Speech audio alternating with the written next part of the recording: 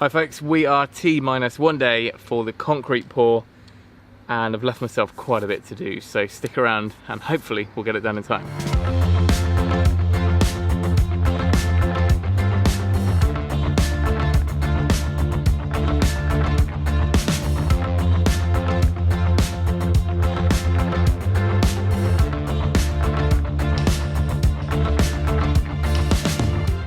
Right, today is the final day to get the groundwork prep done, ready for the concrete pour.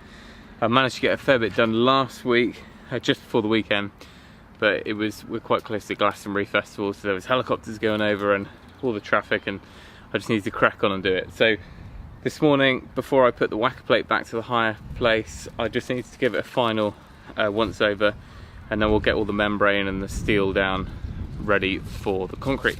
Now, for those of you who might not have used one of these before, this is a plate compactor or a whacker plate.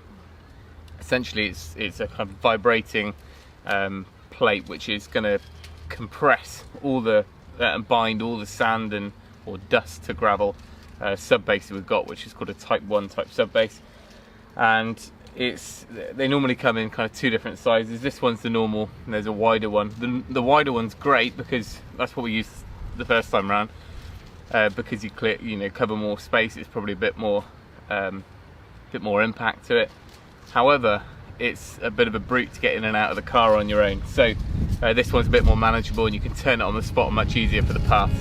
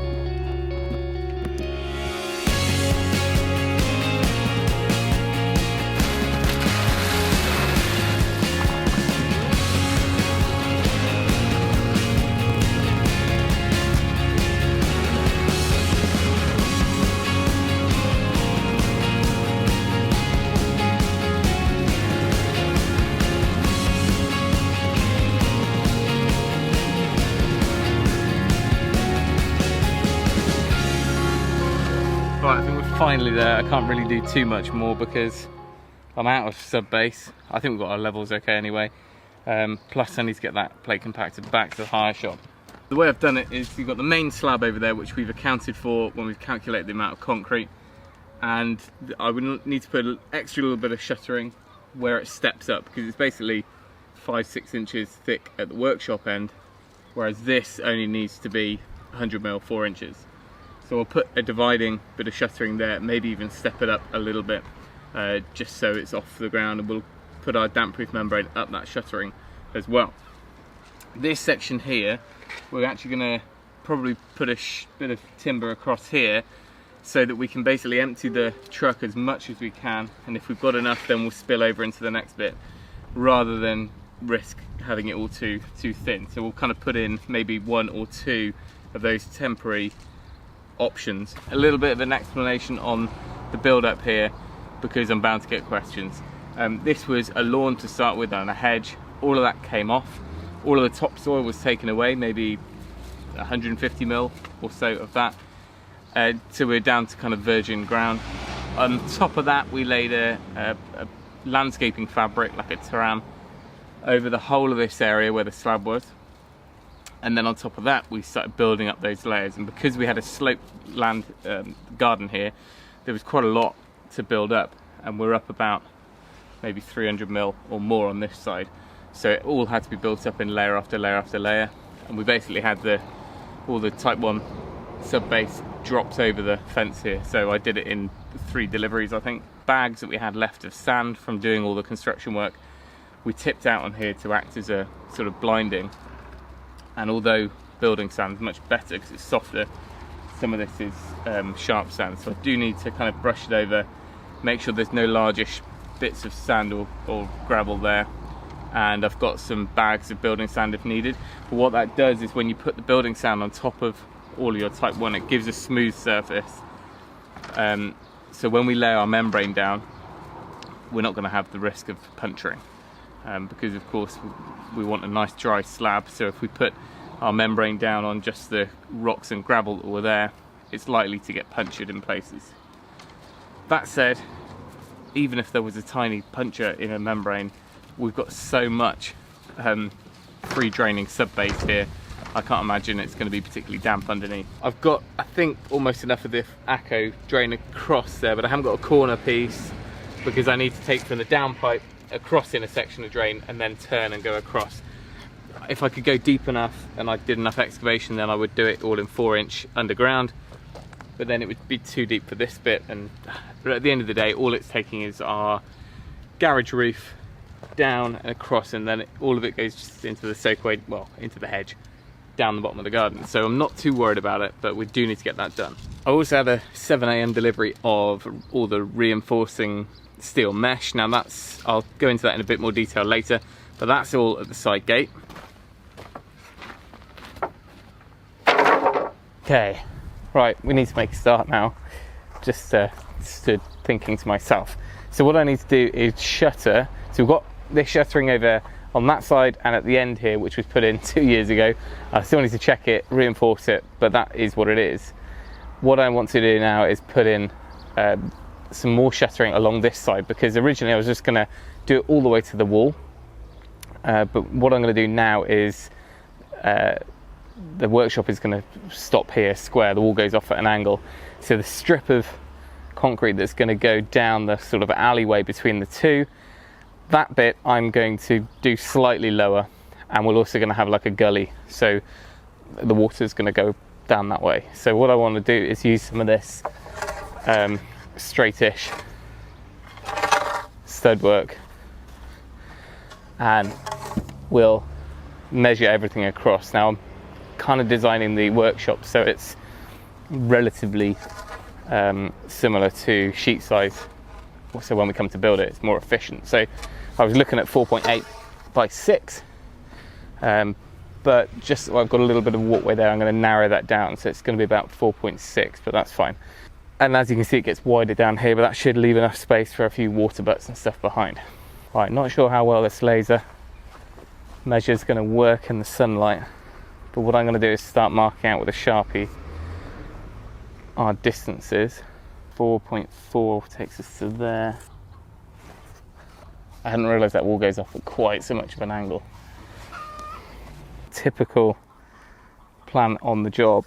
I'm not sure now whether we should take the wall of the building off on an angle to follow that wall, which would make much more space to the inside of the workshop, but makes the construction and the roofing and work surfaces inside a little bit more bespoke, which is doable but not as efficient. Use the shuttering and see what it looks like. Man, there's enough space at the back here to put an IBC, you know, on a pallet there for water storage for the veg garden. Because this wall goes off at an angle, but we want our building to be square with the house, garage, whatever, we lose quite a lot of, you know, if we were happy.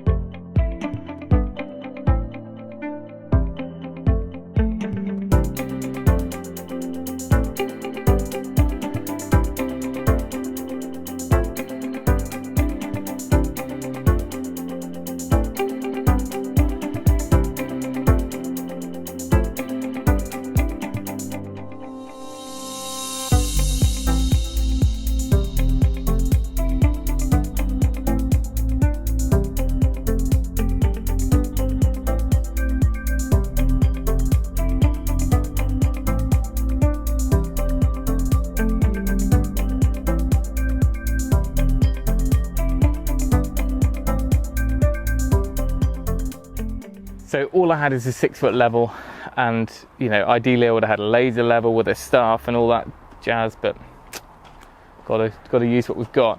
So I've checked with the big square on the corners, checked Pythagoras 345 as far as I can, and it's pretty much as good as I can get with those tools. Still got to get the drainage in, still got to get DPM down, sort out any sharp bits first, DPM down, then the mesh on the supports. And lucky we've got a long day ahead of us, a bit of daylight left in the day. Over this end, where I've cleared this old bit of hedging and stuff out, I've put in some bracing just against that stone wall, just to make sure. Everywhere else is pretty shallow, and while it's staked, I can, you know, it's going to have concrete either side of the shuttering. Here, there's a lot of weight, a lot of pressure, especially this deep section. So I've just thrown in some timbers and wedged them until this is plumb. And again, this old board, I mean, really I should use something thicker. These old floorboards are only 1 inch thick, but they should be okay now that they're braced. This is the drainage channel which we're going to use. I've already got 4 lengths underneath 20 sheets of insulation, but I've already got 4 lengths, and I've just picked up another few. Now these are actually pretty inexpensive. They're about £7 or £8 a length. I had to do a right angle turn up this end, and the unit, which is just a square version of this, is 20 something pounds, so go figure. But anyway, we're going to get these in, and what I'm going to do is set these lower. I'll detail this in a bit, but set them lower so that we know our workshop slab is higher and the DPM will be there, and then this section over here, which is just a path, will be lower and kind of flow down into here. Probably got about 2 or 3 hours of daylight, so it's time to push on. Just made up that channel drain. I think that's my priority now. Get that bedded on, a bit of mix, a bit of a concrete mix, just dry bed of it so it's in place. Try and get some masking tape or something, or some duct tape or something to mask off the top during the pour. Ideally we'd be going quite deep here and putting a decent bed of concrete underneath it, but because this is drainage only pedestrian, no vehicles going over it, it really doesn't need much.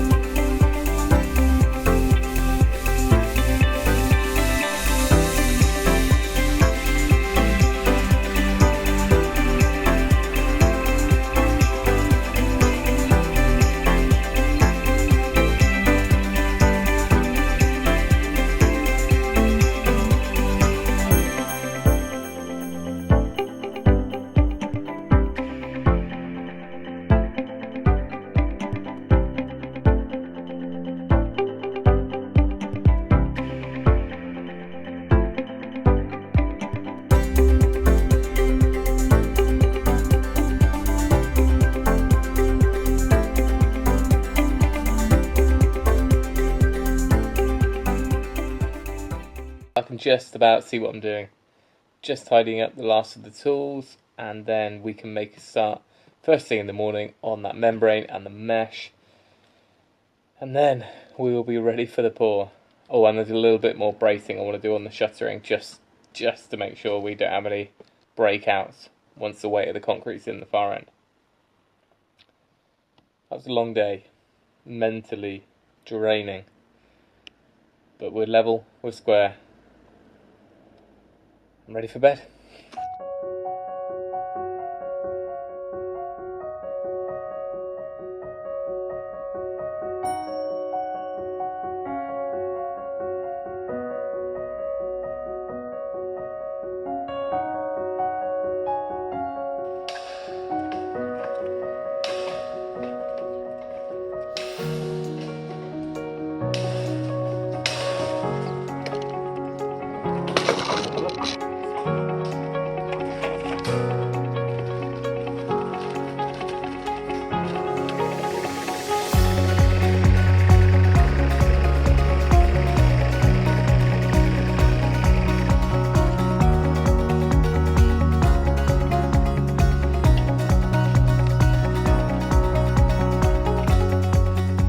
Right, I think we're there now with the prep. We've got the mesh in, we've put it on the little mesh men, which are the plastic stands, so you can get them in concrete, and that's going to just hold it up off the floor and make sure as well that we've got 2 inches, 50 mil of concrete minimum above them, so that, you know, the metal's nowhere near the surface. Dad's just finishing off a little drainage gully down the back there. Shuttering is just finished, ready to kind of support. Just going to put a brace across on the playhouse side. and then we're ready to pour. DPM's down, we're there. 20 minutes to go till the truck turns up. Thanks for watching. Remember, if you can, do it yourself, and we'll see you next time.